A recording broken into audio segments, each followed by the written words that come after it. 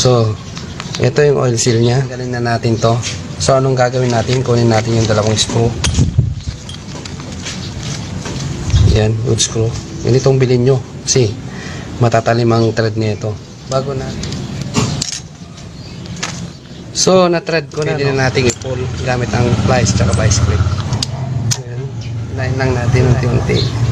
And then, tapos natin nalabas. Yan. So, yan, no?